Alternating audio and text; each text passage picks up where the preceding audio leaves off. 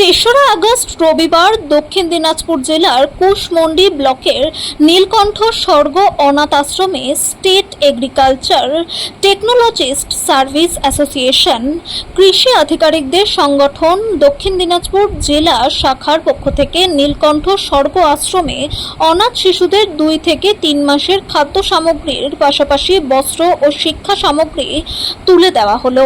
এই কর্মসূচিতে কুশমন্ডি বিধানসভার বিধায়িকা রেখা রায় সহ অন্যান্য বিশিষ্ট ব্যক্তিরা উপস্থিত ছিলেন।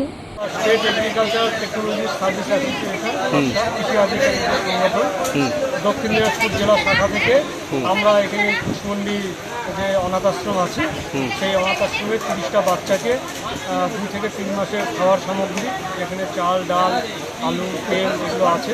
তার সাথে ওদের পড়ার যে সামগ্রী, বই, খাতা, ব্যাগ, ওদের খেলার জন্য একটা ফুটবল, দুটো স্ট্যান্ড ফ্যান এবং বিছানার চাদর, এই সমস্ত আমরা দিলাম, যাতে এই বাচ্চাগুলো ভবিষ্যতে বড় হয়ে বড় মানুষ হয়ে উঠতে পারে, ভালো মানুষ হতে পারে, সেগুলো সাহায্য করলাম।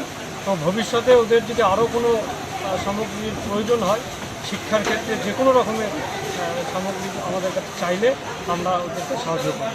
স্যার, বললাম অনাথ শিশুদের সঙ্গে মুহূর্ত কাটিয়ে কেমন লাগছে আপনাদের? আমাদের তো খুবই ভালো লাগছে। আমরা এগুলো কাজ করি, আমরা শুধু অনাথ শিশুদের না, আমরা ব্লাড ডোনেশন ক্যাম্প, স্বাস্থ্য শিবির, এই সমস্ত অনেক কর্মকাণ্ড করি। এটা যেমন দক্ষিণ দিনাজপুর জেলাতে হচ্ছে, অন্যান্য জেলাতেও আমাদের সংগঠনের কৃষি দপ্তরের আধিকারিকরা নিরন্তর এই যেমন সামাজিক দায়বদ্ধতা কর্মকাণ্ডগুলিতে তারা এটা করছে। ধন্যবাদ।